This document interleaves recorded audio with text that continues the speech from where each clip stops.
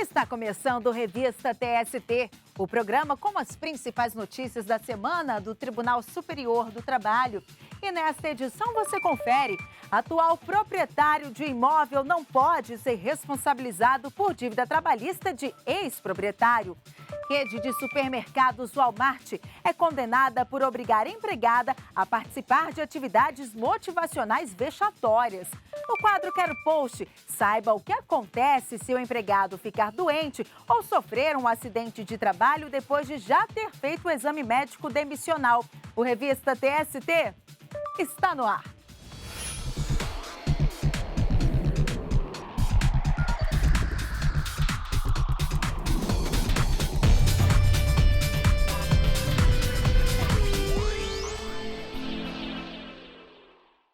Nós começamos o Revista TST trazendo um caso de destaque julgado pela Seção 1 de Dissídios Individuais do Tribunal. E quem traz os detalhes para a gente é o repórter Daniel Vasques. Olá, Daniel. Olá, Ana Amélia. A empresa gaúcha Jorge Santos Tratores e Máquinas foi condenada a pagar indenização de R$100 mil por dano moral coletivo. Conforme entendimento dos ministros, a empresa descumpriu a legislação trabalhista, colocando em risco a integridade física, a saúde e a segurança dos empregados. O Ministério Público do Trabalho apontou diversas irregularidades, principalmente em relação à concessão de intervalo interjornada de 11 horas diárias, ao descanso semanal remunerado de 24 horas consecutivas e ao registro das horas extras habituais, na base de cálculo do descanso semanal remunerado. Acompanhe os detalhes na reportagem. Em ação civil pública, o MPT pediu que a revendedora de tratores fosse condenada a pagar indenização a ser revertida ao Fundo de Amparo ao Trabalhador, o FAT, por descumprir as normas referentes à jornada de trabalho dos empregados. Mas o pedido foi negado pelo Tribunal Regional do Trabalho da 4ª Região, no Rio Grande do Sul. O MPT recorreu então ao Tribunal Superior do Trabalho. A 4ª turma do TST considerou que, para ocorrer a condenação por dano moral coletivo, a conduta ilícita por parte da empresa deve repercutir não só nos profissionais diretamente envolvidos, mas também na coletividade, o que não teria ocorrido no caso da empresa de tratores. Por esse motivo, os ministros rejeitaram o pedido. Nos embargos à Seção 1 de Dissídios Individuais, o MPT sustentou que a exposição de empregados à carga excessiva de trabalho atinge toda a coletividade, uma vez que compromete a integridade física, a saúde e a segurança dos trabalhadores como um todo. Para o relator, ministro Cláudio Brandão, o desrespeito aos direitos trabalhistas não pode ser considerado uma opção pelo empregador, nem deve ser tolerado pelo Poder Judiciário. O ministro explicou que a lesão decorre da própria conduta ilícita da empresa. No caso, o reiterado descumprimento da legislação trabalhista relativa aos limites da jornada e à concessão dos intervalos previstos em lei. Diante dos fatos que foram apontados, entendi que há jurisprudência específica que autoriza o conhecimento dos embargos, e aí me refiro ao acórdão paradigma da Igreja Primeira Turma, que adota a tese de que o descumprimento dessas lesões autoriza a caracterização de dano moral coletivo, razão pela qual entendo cabível, entendo ser pertinente ao citado areste, por isso mesmo conheço dos embargos. E quanto ao mérito, caracterizada a lesão de natureza individual homogênea, uma espécie do dano moral coletivo, eu proponho, conhecer e prover os embargos e fixo a reparação em R$100 mil. A decisão foi seguida pela maioria dos ministros da SDI1. O valor da condenação será revertido ao FAT, o Fundo de Amparo ao Trabalhador. Uma família de São Paulo conseguiu na justiça reverter a penhora da casa onde mora. O imóvel pertencia ao sócio de uma empresa que responde por uma ação trabalhista. Para a Seção 2 de Dissídios Individuais do TST, os compradores do imóvel não podem ser responsabilizados por dívida de terceiros. A penhora do imóvel havia sido determinada pelo Tribunal Regional do Trabalho da 2ª Região, em São Paulo. O TRT revogou a liminar concedida em primeiro grau, por entender que impedir a penhora poderia prejudicar outra ação, em que o vendedor da casa é acusado de ocultar patrimônio para não quitar uma dívida. O ex-proprietário da casa era sócio de uma metalúrgica que responde por uma ação trabalhista. Mesmo após a venda do imóvel, a Justiça determinou a penhora do bem depois de desconsiderar a personalidade jurídica da empresa. O comprador, atual proprietário, recorreu da decisão. Ele afirmou que adquiriu o bem de boa-fé e que na aprovação do financiamento não constava nenhuma ressalva indicando a existência de reclamação trabalhista que pudesse comprometer a negociação. Ele também comprovou que mora no local com a mulher e o filho e que, por isso, o imóvel deveria ser considerado bem de família, impenhorável. O caso foi parar no TST. O ministro Alexandre Agra Belmonte, relator do recurso na seção 2 de dissídios individuais, concluiu que o atual proprietário não deveria ser prejudicado por uma dívida que não é dele. Por unanimidade, os ministros revogaram a decisão que determinou a penhora do imóvel. E depois do intervalo, o que acontece se o empregado ficar doente ou sofrer um acidente de trabalho depois de já ter feito o exame médico demissional? Saiba no quadro Quero Post.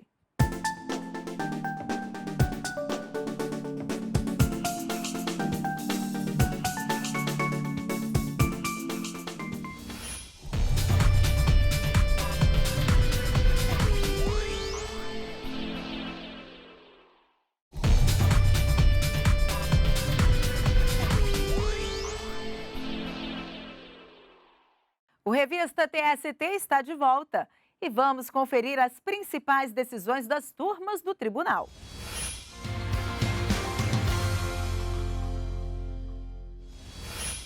E eu começo com o julgamento da 4ª turma. Um frigorífico em Rio Verde, Goiás, vai ter que indenizar uma auxiliar de produção que era obrigada a usar chuveiros em cabines sem porta. Na reclamação trabalhista, ela disse que se sentia exposta.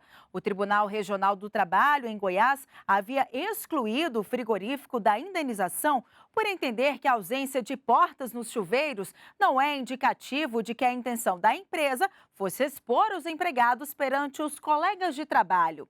A auxiliar recorreu ao TST. O relator do caso, o ministro Alexandre Luiz Ramos, destacou que a ausência de portas nos boxes não está prevista nas normas de segurança e higiene do Ministério da Agricultura, o que configura exposição excessiva e injustificada da intimidade da empregada. Por unanimidade, a turma restabeleceu a sentença que havia condenado o frigorífico ao pagamento de R$ 3.000 de indenização à profissional.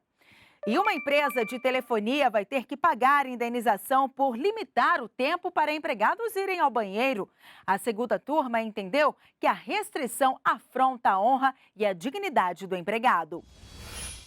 O controle de tempo imposto pela empregadora foi considerado abusivo pelo Tribunal Regional do Trabalho da 9ª Região, no Paraná. Ao julgar o caso, o TRT havia condenado a empresa de telefonia GVT a pagar R$ 2.000 à empregada que ajuizou a ação trabalhista em Maringá. A atendente sustentou que pausas longas para ir ao banheiro geravam descontos no pagamento do adicional de produtividade. Esse adicional representava ganho de até 70% do salário. O chamado programa de incentivo variável era medido com base em avaliações de clientes, tempo médio de atendimento, assiduidade e produtividade. Mas o valor era reduzido quando o empregado apresentava atestados médicos ou quando demorava mais do que 5 minutos no banheiro. A empregada alegou que era inevitável passar do tempo estipulado, porque havia mais de 400 empregados por turno para poucos banheiros e isso gerava filas. Além do desconto, ela contou que também era advertida pelo supervisor. A atendente recorreu e o caso chegou à 2ª turma do Tribunal Superior do Trabalho. A ministra Maria Helena Malman, relatora do recurso, explicou que o TST tem revisto valores de indenizações exorbitantes ou insignificantes, respeitando os princípios da razoabilidade e da proporcionalidade. A ministra entendeu que a restrição para uso do banheiro afronta a honra e a dignidade do empregado e configura abuso do poder diretivo patronal. No caso julgado, a turma concordou que era preciso aumentar o valor da indenização pela extensão do dano e para efeito pedagógico. Por unanimidade, a empresa foi condenada a pagar R$10 mil de indenização. Uma empresa de distribuição de medicamentos em Rondônia foi absolvida de pagar as despesas com o advogado de um ex-empregado. O vendedor havia contratado o profissional para receber uma dívida trabalhista. A decisão é da primeira turma. O Tribunal Regional do Trabalho da 14ª Região, que abrange Rondônia e Acre, havia mantido a sentença que condenou a Soluções Farma, centro de distribuição de medicamentos de Porto Velho, a pagar honorários advocatícios. Para o TRT, os valores serviriam como reparação pelos gastos do ex-empregado com a contratação do advogado particular.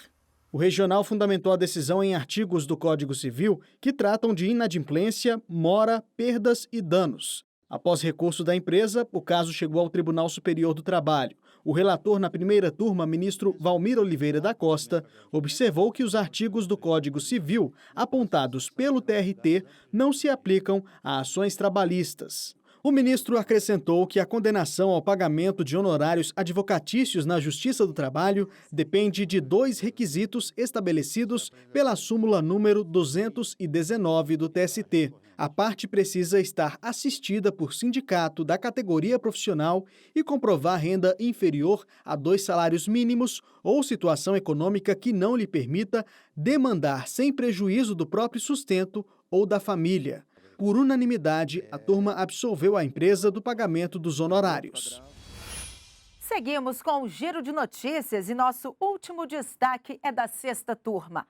A rede de supermercados Walmart vai ter que indenizar uma empregada exposta à situação vexatória. Ela foi obrigada a participar de danças e cânticos motivacionais, nos quais tinha que gritar e rebolar diante dos colegas. Inicialmente, o TRT no Rio Grande do Sul havia negado a indenização à profissional. Para o regional, tais práticas não configuraram ofensa aos empregados.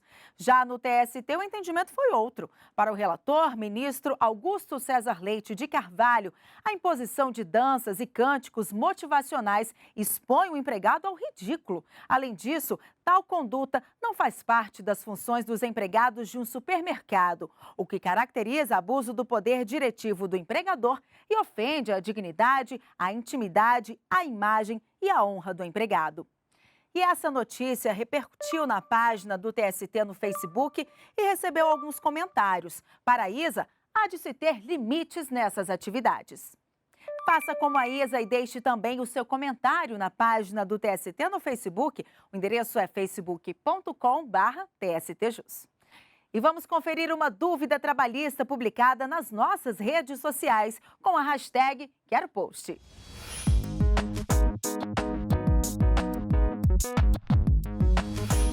E a dúvida que chegou para a gente pelo Facebook com a hashtag #QueroPost é do Bruno Henrique. Ele quer saber o que acontece se ele ficar doente ou sofrer um acidente de trabalho depois de já ter feito o exame médico demissional. Vamos conferir. Quando o empregado pede demissão ou é demitido, precisa passar por uma avaliação médica para encerrar o contrato de trabalho.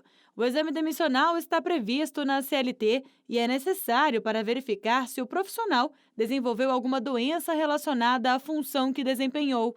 Quem faz essa avaliação é o médico do trabalho. Eu examino, eu meço a pressão, eu ausculto, eu palpo o abdômen, eu vejo se tem varizes, eu vejo se tem hérnia, eu vejo se tem bronquite por causa do chiado, eu vejo se tem arritmia cardíaca. O exame demissional também avalia o profissional psicologicamente. Se o médico achar necessário, pode pedir avaliações complementares. O trabalhador não paga pela consulta. O custo é do empregador. O exame demissional precisa ser feito até 10 dias depois do fim do contrato de trabalho. É o que prevê a norma regulamentadora número 7 do extinto Ministério do Trabalho. Se alguma doença for descoberta durante a consulta, o contrato fica suspenso até o fim do tratamento de saúde do empregado. Se a doença estiver relacionada às atividades desenvolvidas no emprego, a empresa deverá emitir o comunicado de acidente do trabalho e encaminhar o empregado para fazer perícia médica no INSS. Somente após receber alta, o trabalhador poderá realizar outro exame demissional para então encerrar o contrato de emprego. Mas o que acontece se o empregado se acidentar ou ficar doente depois de ter feito o exame médico demissional? Este juiz do trabalho esclarece: se o prazo do aviso prévio tiver acabado, a demissão é mantida. Se esse tempo já se exauriu, então o trabalhador não tem mais nenhuma ligação com aquela empresa e não vai poder pedir a repetição do exame médico demissional. Agora, se a doença surgir dentro do prazo do aviso prévio, a empresa terá de suspender a demissão do empregado. Se o trabalhador adoecer ou ficar acidentado neste período da projeção do aviso prévio, ele vai poder procurar a empresa e a empresa vai dever suspender a dispensa e o contrato de trabalho para que o trabalhador se submeta a um tratamento médico, seja de modo particular ou seja por encaminhamento à Previdência Social, e após o retorno do trabalhador da alta médica, aí sim haverá a possibilidade da feitura de novo exame demissional para a verificação das condições de saúde do trabalhador. É bom lembrar que nem todo empregado precisa realizar o exame demissional. É o caso de trabalhadores domésticos e rurais. Em princípio, esses trabalhadores estariam dispensados. Há outras hipóteses. Quando o trabalhador é dispensado, por exemplo, por justa causa. O entendimento da jurisprudência é que, neste caso, mesmo que ele estivesse até doente, haveria o entendimento que ele poderia ser dispensado mesmo na ausência do exame médico demissional, que deixa de ser obrigatório e passa a ser facultativo.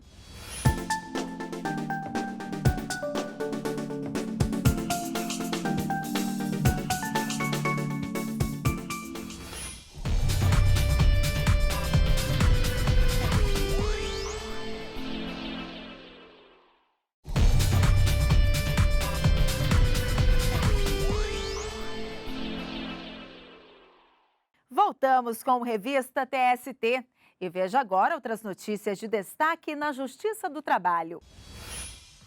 De janeiro a dezembro do ano passado, a Justiça do Trabalho recolheu mais de 3 bilhões e 600 milhões de reais aos cofres públicos da União.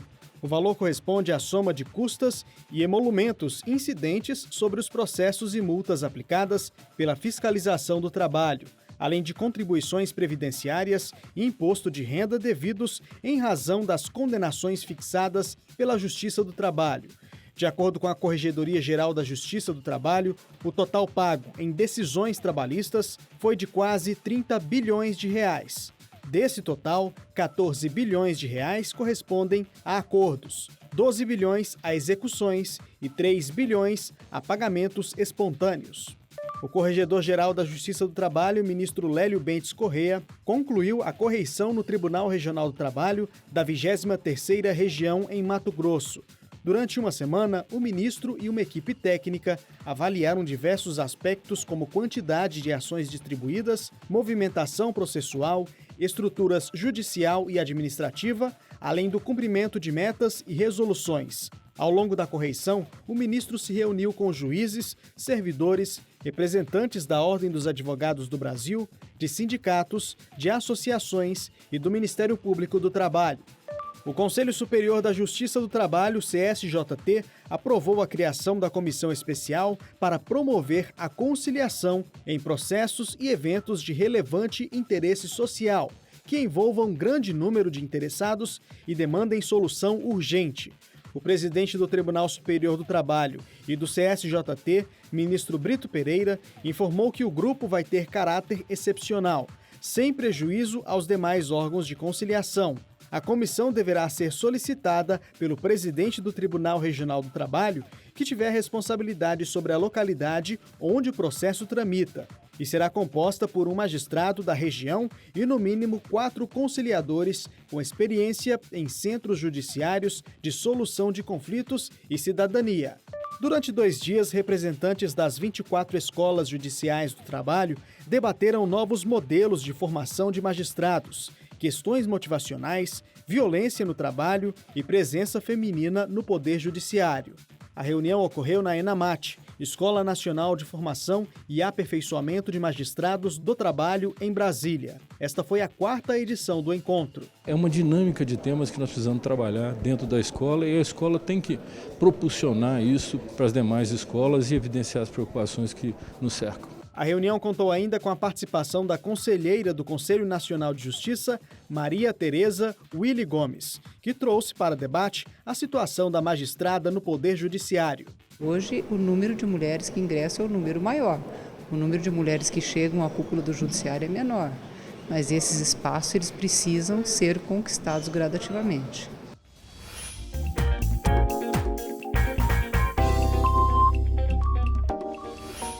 Vem novidade por aí. O TST estreou uma série de vídeos no Instagram do tribunal. É o Por Dentro da Justiça do Trabalho, que explica melhor as atribuições e as atividades da Justiça do Trabalho.